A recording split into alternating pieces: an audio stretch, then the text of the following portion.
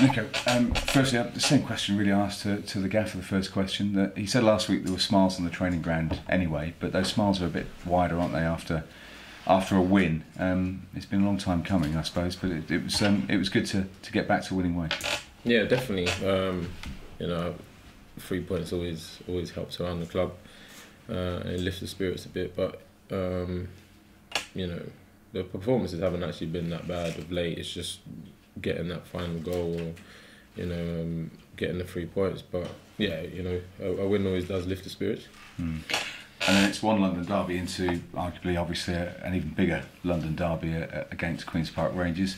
You've been here long enough. Some players maybe haven't been here as long, but do you feel this game a little bit more than maybe some of the other games? Yeah, there's always a lot more bigger atmosphere. It's a lot more fiery on the pitch, definitely. And yeah, we know the importance of the game, and I think Peter Gillen reiterates that every time we play QPR, and how important it is. Yeah, so Peter Gillen's the actual tub thumper. Is he the man that doesn't let you forget how big this game is? No, not at all. Like the likes of myself and I think we've heard it enough from Pete, but it's the new guys coming in and the ones that haven't really been involved in a QPR Brentford game that he lets them know as well. Obviously, last season at Loftus Road, it was the last 5 minutes to forget in many respects. Does it still hurt a little bit? Does it rankle a little bit? Is this something that you want to take out there and put right this time around? That game really disappointed us. Especially with the way we conceded the last 2 goals in the last 2-3 minutes. So yeah, hopefully we can put that right this time and see the game out properly.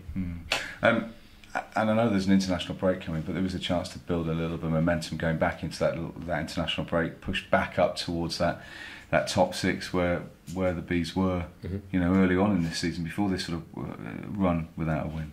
Yeah, definitely. We get a win on Saturday. It put us in a really good position going into the break, and then we come back refreshed after a little break, and we really kick on again. And pick the form up that we had early on in the season. You've had when Thomas first took over from Dean, it was basically game, rest, game, straight into it. You've had a couple of weeks now where you've had a week between each game. Have you started to get a sense of how he is going to tweak it now that he's head coach rather than assistant coach? Yeah, I think it's just there's small details. Not a lot has really changed, but I think with him being the head coach now, he obviously is implementing his style even more now, and I think that's just those small details that he's very what's the word? He's very picky with how he wants things, and he wants it to be done right. With the small details, and if we get them right, then the big picture gets painted even better. And how's your new captain? How's he settling? What's he like as a captain? Romain, he's very on the pitch. He's not one of them players that are going to be screaming and shouting in your face. As a captain, he's very off the pitch. He's very quiet, easy to talk to. Laid back lad. I think if he's any more laid back, he'll fall asleep. But he's he's a good captain because when he's talking football, you listen and he understands the game very well, and you can see it with his performances. He's a great player, and I think he leads by example. I mean, is that the thing that different people have different leadership styles, don't they? Really, and his is a way that sort of works with you as a group. Do you think? Yeah, I think with the group that we've got now is very technical compared to some of the other groups we've had in the past. So I think it works well because where he understands the game so well, and he's always talking on the pitch and coaching players on the pitch. It works well. Whereas in the past we might have had an older player screaming and shouting and a bit more about them on the pitch.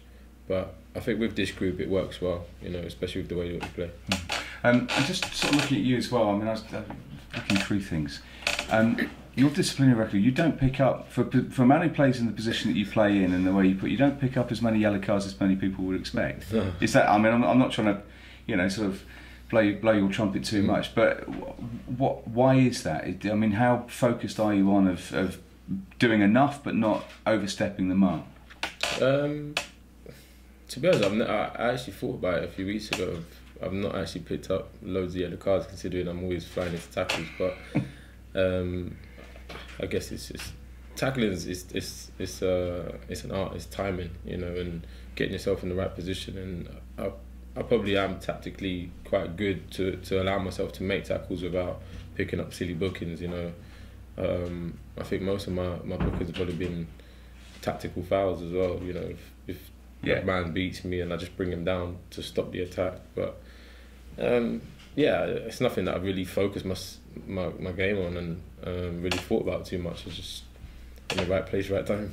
But it's that sort of tactical awareness. It's an awareness thing, isn't it? I mean, you know, they used to say years ago about Teddy Sheringham that the first couple of metres were in his head, so he didn't need to be as fast as other strikers. The same though in your position, to get to a ball and make sure it's a fair tackle. Yeah, you've got to be thinking, I'm going to be there, rather than stretching. Yeah, you know, like you said, I think it's more an awareness and a game understanding and a tactical understanding of being in the right position when reading the game as it's playing. That probably gives me like a better chance of making a lot of tackles, because you know, I'm not the biggest compared to some of the other players, so I'll have to be in the right position to get there first. And I think it comes down to that. And fun, I mean, a big crowd, yet again, another big away support at Loftus Road. Hope to give them 3 points this time. Of course, you know, that's always the aim when we go there, and you know, they always get behind us and support us from start to finish away at QPR. So let's hope we can get that again. Thank you. Thank you. Just picking up on last time, Nico, in the way end, people going mad, you know, two goal lead. QPR fans were leaving the stadium in droves. Ian Holloway was looking kind of completely desperate, and suddenly they got 2 goals. I mean, you were in that game. Well, how did it feel on the pitch? It's hard to explain how I felt, but it was just literally head loss. You know, my head was gone after that. Especially conceding so late, because we did perform so well and we really did work that whole game, you know, for the 3 points, and we worked hard to get the goals we got, and to concede soft goals the way we did, it was really disappointing. And you said just now that it was a very technical squad at the moment. What do you mean by that? It's interesting. I think there's not as many there's not as many older players, and I wouldn't say older players to say old school, but I think just more technical players on the pitch that, you know, pass and move the ball really quick, whereas before you'd have a bit more presence about the team with, you know, for example, like Harley, he's a big strong lad, you know, loves to defend, and we haven't really got so many people in the team like that anymore. You know, that will put their body on the line the way he did. You know, I think our team's more technical with the way we play out more, and just in general all over the pitch. But are there moments when a Harley's useful to put their body on the line? Yeah, of course, but I think that's what our squad's very young, so I think they're still learning that. You know, I think Metz is doing really well, and Ezri alongside him, they're still very young.